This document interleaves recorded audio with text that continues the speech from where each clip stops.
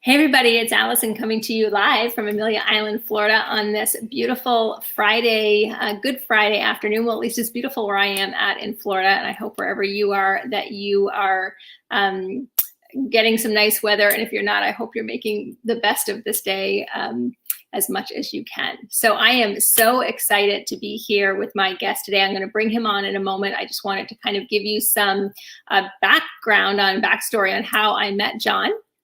So we are doing a coaching program together, and we are creating programs to help people with certain things that they might be dealing with. So John's expertise is scoliosis, and he's going to talk about that in a minute. But that's where John and I met. He hails from Montreal, and so we are fellow Canadians. So certainly love that. I always love interviewing fellow Canadians. But I'm really excited for you to hear what John has to share, because he has put together an incredible program that has the ability to help people with scoliosis. So I'm going to bring John on. Hey, John. John Cloutier. John Cloutier. Cloutier. Cloutier, yeah. Cloutier. John and I had this whole conversation yesterday about, he has a French last name.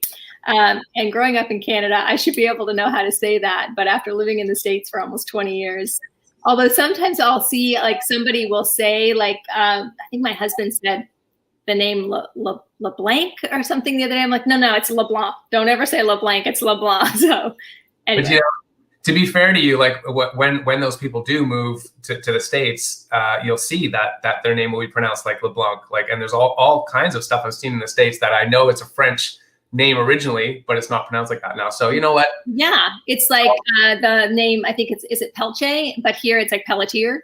Mm-hmm. Yeah, it's crazy. All right, so I'm just going to check my phone, make sure that we're live. There we are. Okay, good. Okay, John, we're going to get started. I'm going to get my notes here. So will you start by telling us a little bit about you professionally, on a professional level? Mm-hmm. Yeah, so I'm a kinesiologist. I have a degree, a bachelor's of education in kinesiology from McGill University here in my home city. So I've specialized in balance, in postural training for many, many years. And I just, with the outbreak of COVID, is when I decided to focus on something that was really, really important for me and that I think I can really help people with. So I've made a shift recently. Okay, good. And tell me how long you've been a kinesiologist? I graduated in 2005, so quite a while. Okay, yeah. I've taught at a CEGEP here, which is the equivalent of college. I've worked in administration for many years. I was a curriculum manager for the Faculty of Medicine's medical curriculum. So while I was going through an accreditation process. Yeah. Their main curriculum manager had to work on that, so I was in on a contract for 3 years so that was great. I was working with the curriculum. So I've done administration. I've worked in a hospital in administration. Wow. I've also done a lot of private training. I've done a lot of, as I said, I specialize in balance as well, balance, postural development, coordination. I've even taught kids. So I've really done the gamut. Yeah, you've got a wide array of experience there for sure. All right, tell us exactly first, for people that don't know, what is scoliosis? Yeah, so what it is really a lateral curvature of the spine, an abnormal lateral curvature. We have normal curves from front to back. So you can see, you'll see you've got a cervical curve or a lumbar curve, your lower back and your neck curves. And there's a certain amount of that is normal.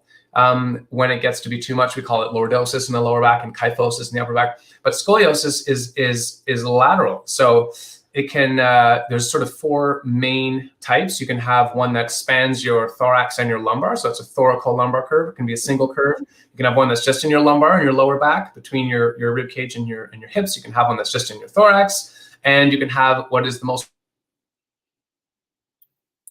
common is an S curve. So that's to the right in the thorax and to the left in the lumbar. I don't know if my finger is going to be actually the opposite because of the camera. But anyway, so the S curve is the most common one. So the short answer is it's a lateral curve. It can be caused by a few things. Okay. And just so I'm clear, so I know that it can occur in different parts of the spine, but does it only occur in one part of the spine? Could you have it in different, could you have different parts of the spine that are curved? You know what I mean? Like more than one curve? Is that what I Yes. was going to say? Yeah, absolutely. You can have one curve that spans. So typically the spine is divided into three areas: your cervical or neck part, your thoracic or your rib cage part, right? Mm-hmm. Corresponding to the thorax, and then the lumbar or the lower back part. And you never see it in the neck, or I don't know. Maybe extremely rarely you'll see some aspect of it go up into the cervical curve, but basically you see it in the thorax and in the lumbar. And yeah, as you say, it could be one that's in one section or the other. It could be one curve that spans both sections. And it can be, in many cases, it is actually a curve going one way in the thorax and the other way in the lower back. Okay, good. Thank you for giving me clarity on that. So I know you have a personal experience with scoliosis. Can you talk a little bit about that? Yeah. So when I was, I think I was 9, I was diagnosed with a minor scoliosis, a very minor scoliosis. But I had a rib cage. So my rib cage and my left shoulder were dropped, and my rib cage was sort of twisted over, and the left side of my thorax was right past the midline of my chest, right past the normal midline of my chest. And I was recommended to a surgical procedure where they would just sort of section my sternum, and then they would reposition my rib cage to make it look better, because it was embarrassing. It was really noticeable. So the surgery was going to make it more symmetrical. Okay. Yeah. Right. And so what happened at that point when your parents, because you were 9 or 10, your parents were told, we're going to cut your son's chest open and mess around in there? What did your parents say? Yeah, I mean, they were horrified, and it's neat because thank God in my situation, my parents both did a lot of postural yoga. They kind of got together over a shared yoga practice to some degree. And my mother used to be a gymnast. She was scouted for the Olympics, so she was pretty high level gymnast, and so she just was familiar with what you can do with your body. And both of them said, you know what, you can fix this if you want to work on it. So they were like, no way, no surgery. Wow. What a gift they were to you at that point in your life, to know, for them to have that much wisdom about the physical body and how the physical body can kind of heal itself was amazing. Yes. So tell us how most people today, if they go in to their doctor and they get a diagnosis of scoliosis today, first of all, I'm curious to know, usually at what age are people diagnosed, and how are they typically treated? Yeah, good question. So 90% of scoliosis that we see, which is about 1 to 2% of the population, I think 1 to 3 is the estimate of the 1 to 3% of the population of North America, which adds up to millions of people, will have some scoliosis, and it's typically found when the person is a young adult, a teenager or a young adult, or just before the teen years, and it affects more girls than boys. People don't know exactly why. And so the typical 90% of scoliosis presents as idiopathic adolescent scoliosis. Okay. So so that's that's where you see most of it. However, so in those cases, so then there's also people who, when they're getting older, of course our body degenerates naturally to some degree, but you can have degenerative scoliosis. So people can start to get a scoliosis when they're quite a lot older. So that's a significant proportion of people as well. And then less common than that is you can have what's the term? It's in utero. It's escaping me right now, but I think I've heard of that actually. And can they repair that in utero though? Perhaps I'm not sure, but I think usually they'll find it after, but then they'll realize that it was. So you'll see it in a baby, like you'll see it in a newborn, maybe. Yeah, that's a good question. I'm not too sure about exactly what they do if they see it in utero, but the term's escaping me for some reason. I'm sure someone watching this is thinking what it is. But anyway, I'm not. I can help you out there, but I can't. Yeah, I mean, so you can have that. And then you can also have it after a trauma, so after an accident, after an injury, so that happens as well. Okay. But 90% of it is adolescent idiopathic scoliosis, and it doesn't involve a deformation of the vertebrae. So if you've got a vertebrae deformed, then that's a different ball game, because the structure is changed, and so you don't have as much hope to be able to reduce those curves in the same way. So somebody that has scoliosis, all their vertebrae are like, they're normal, they're in good shape, but they're just curved. There's just a curvature there. That's right. There's that curvature. Yeah. Because it's a beautiful, I mean, the spine's a beautiful multi-joint, structure. There's nothing like it outside of nature. Yeah, it is an amazing, amazing thing. So how are most people treated once they get a diagnosis? How are they treated? Right. So the typical first thing to do is, if you have mild scoliosis, doctors will do what's called wait and see. They'll just tell you wait and see. The problem with wait and see is that people typically get worse by about 2 degrees per year. Then once you get over mild scoliosis, 25 degrees to 45 degrees to 75 degrees is really extreme. You can have even above that. There's this point after 75 degrees, they don't even think about surgery. But to answer your question simply, wait and see, bracing, or surgery. So bracing is basically to stop the curve. It's not to make it better. It's just to sort of try to arrest it. Right. And the research on that is not conclusively beneficial. About as many people as brace go on to surgery as don't brace. And then, of course, surgery. So surgery has a ton of downsides. Sure. So bracing, I'm trying to picture that in my mind. I'm almost picturing like a girdle around your chest. So it's probably a very stiff brace that's really uncomfortable. Exactly. That's right. And the goal is so that the curve won't get worse, but it's not going to get better either. That's right. That being said, I should say newer braces now that are kind of like an active brace. Okay. So they're making them a little bit better. You sort of wind shifts instead of just tight. Yeah. Okay. Got it. So, and then surgery. Let's talk about a couple of the downfalls with surgery. Yeah. I mean, once you go into surgery with the back, it's funny. I was just talking with someone last night, a friend of mine, and she said her uncle was an anesthetist, and we were talking about what I'm doing, and he told her, don't ever have back surgery, because he's seen hundreds and hundreds of operations, and we were talking about the downside. So so that's just an anecdote, but basically, once you've got surgery, you lose 20 to 60% of your sideways flexion capability. If there's any kind of fusion involved, which there typically is, then the vertebrae above and below, to some degree below the fusion, take an inordinate amount of the forces that are transferring up and down your spine. And so you get more arthritis in those vertebrae, more degeneration in those vertebrae. It's so extreme that if someone has a fusion in their spine and they have a car accident, there's some kind of trauma, there's a recommendation that surgeons be aware that they probably have fractured vertebrae, because if there's been a fusion, then the vertebrae above that the forces can't transfer down those vertebrae. You've got infections migrate to metal. Any foreign body in your body, infections can migrate to it. You even have some horror stories, doesn't happen often, but loose screws. What does happen often is revision surgery. So people's pain is not reduced, or it's worse. So I mean, I don't want to sort of demonize surgery or the surgical impulse per se. We're so lucky we have such advanced medical science. But when you're talking about the spine and surgery, so many downsides. Yeah. So just to back up, because that brought up a question for me, when you talk about pain, because obviously people are going in, there's pain involved, right? Mm-hmm. And so they're going into these surgeries or bracing with the hope of pain relief, I'm assuming. Yeah, well, that's a very good question. In some cases, people don't have pain, but they just have the curve is so significant and the other postural aspects are so significant that they feel awful, and they just don't feel confident about the way they look. They just feel awful in their body. So even if they don't have, so sometimes it's not a question of pain, it's a question of trying to improve the appearance, make it more acceptable.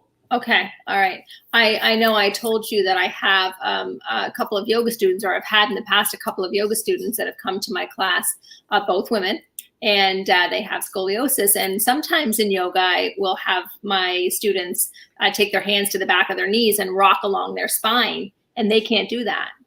For me, that comes so easily, that rocking motion comes so easily, but for them, they're not able to do it, or it causes pain. So yeah, I always found that kind of interesting and a little sad, because to me that feels good. That rocking motion feels good, but for them it wouldn't, and I would just have them roll onto their side and come into a seated posture that way. But right. I want to talk about other options out there, and specifically, John, the program that you're offering and how you might be able to help somebody fix their their curvature. So talk about that, please. Right. Yeah. Yeah. Sure. So basically, there's the common way of approaching scoliosis doesn't have fantastic results. You see a lot of problems down the line. Not everyone, though. Some people have the surgery, although they get reduced mobility and they have those other dangers with degeneration of vertebrae. Nevertheless, they have a more or less satisfactory experience, but very many people don't. So if we talk about what else is there to be done, to me, the choice is really kind of stark. We've got a number of different exercise protocols. There are actually 7 main schools, most of them in Europe, maybe all of them in Europe, if I remember correctly, that are approaching scoliosis non-surgically with a combination of bracing and or exercise. The most famous one from Germany is the Schroth technique. So they've been doing this for a long time. And it was designed by a woman who herself had scoliosis, didn't want to have surgery, and began to work on herself and just fixed her scoliosis and got quite a bit of fame around the time before and then after the Second World War. So anyway, so that's a bit of history of that. So what we're talking about, what we're looking at here is a non-surgical approach, is a proactive exercise program. So there are several of them out there. What I've done is I've taken what worked for me, which is postural yoga that's both seated and standing, that has a very strong elongation component, as well as a strengthening component on both sides of the spine. I've taken, some of you who are familiar with scoliosis research and yoga with scoliosis will be familiar with Dr. Lauren Fishman from New York. So he did a seminal study back in 2014. It's a very small study, but he got people reducing their curves with some simple yoga moves. So a side plank series. So I've got all those in there.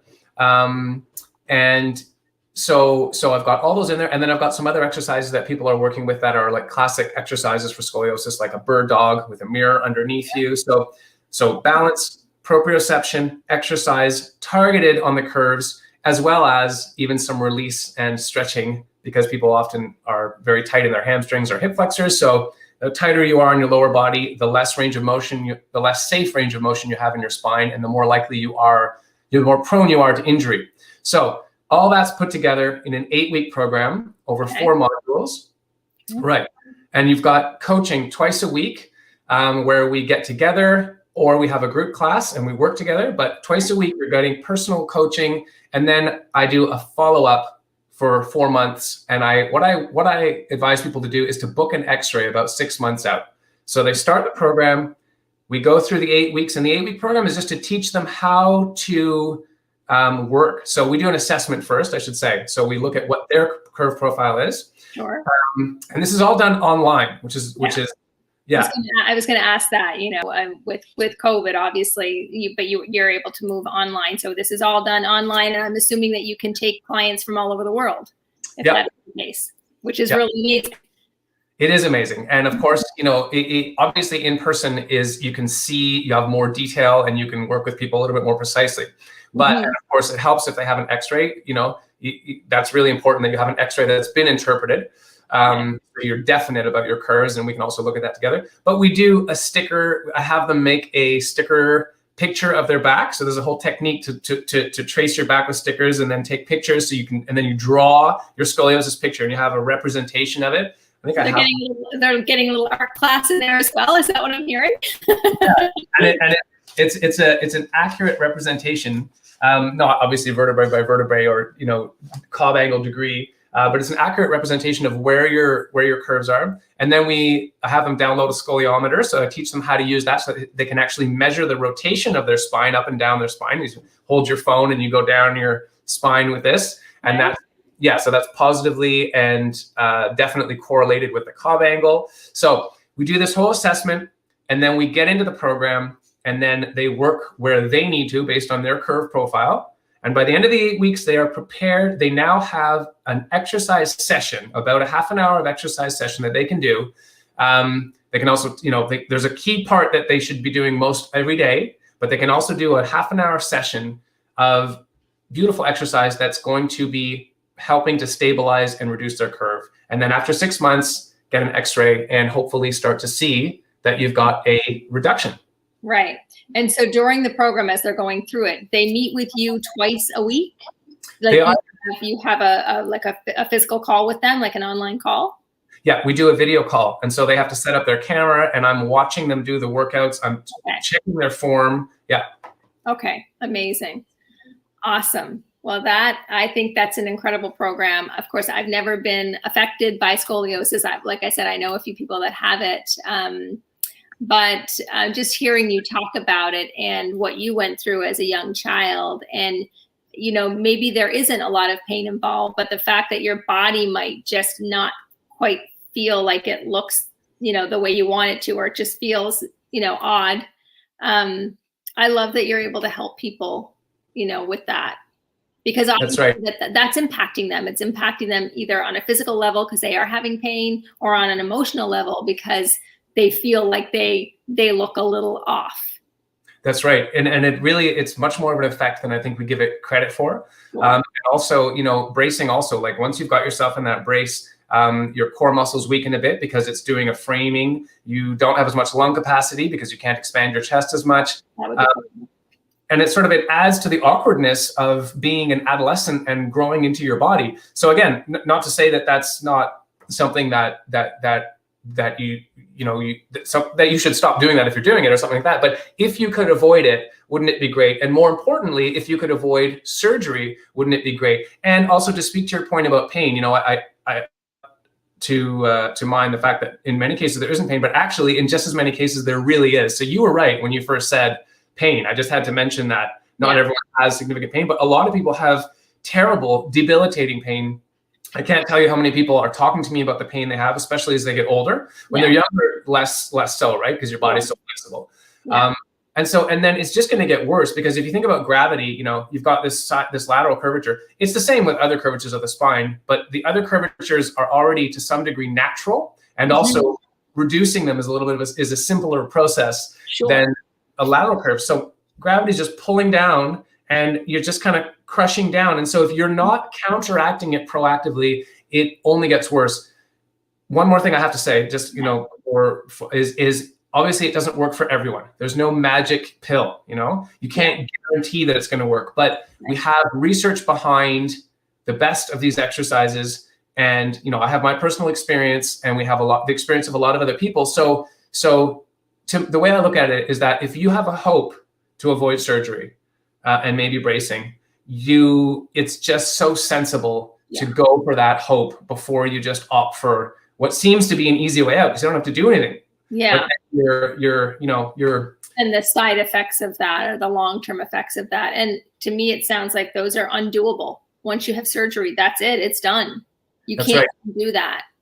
You can't undo a fusion. You can take rods and screws out, but not in every case. And there's a whole list of other problems that come along with that too. So basically, you're just forcing your spine into this improved position and then bolting it there with really long screws through your vertebrae. And so all the musculature, which was already unevenly developed, none of that gets a chance to work, and none of that gets a chance to help you. And so what happens in some cases is a friend of mine now, she's a physiotherapist. She got the surgery when she was 16, I think. 20 years later now, she has a series of running infections, pain, and because she's a physio and she does yoga, she's gotten really good at working with her body, but now her own muscles can't do what they want with the vertebrae because the rods have already forced them into that position. So it's like her body's fighting the surgery now, because her body wants to improve the muscle development and the balance of the musculature, but it can't, because if she does, it starts to increase the forces on the rods that are screwed into the back. So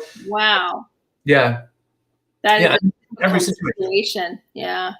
And like you said, every situation's different, but you don't know at 16 years old. And of course, she didn't really probably have much of a say in that at 16. She didn't know at 16 that 20 years later she was dealing with the aftermath of that. Exactly right. Well, this has been an amazing conversation. I just looked at my comments, and Anna says, when you were talking about in utero, she's saying congenital. That's it. That's the word. She had it for you. Congenital. Anna? Congenital. She had it. Right. Well, I appreciate this conversation so much. I know it's going to help somebody out there. Like I said, I know 2 women that have it, and I've let them know about this conversation. So I'll make sure that I take them in this so that they can see it. And we're also going to make sure that we put your link to your website so people can go and get an idea of what you're doing, and they can also book a call with you if they want to have a further conversation about your program. Absolutely. Yeah. Great. Thank you so much for your time. And you hang out here. I'm going to end the broadcast, but I'll see you back in the broadcast studio before we say goodbye. Okay. And if you have any questions for John, you can always drop them in the comments, and he'll come back and take a look, or I'll make sure that he sees them. And again, his link to his website will be in the in this live, so that you can go and check out his website and have a further conversation if you feel like that's something you need to do. So I hope wherever you are today, you're feeling happy, healthy, and well. Have a beautiful Easter weekend. Until next time. Bye-bye.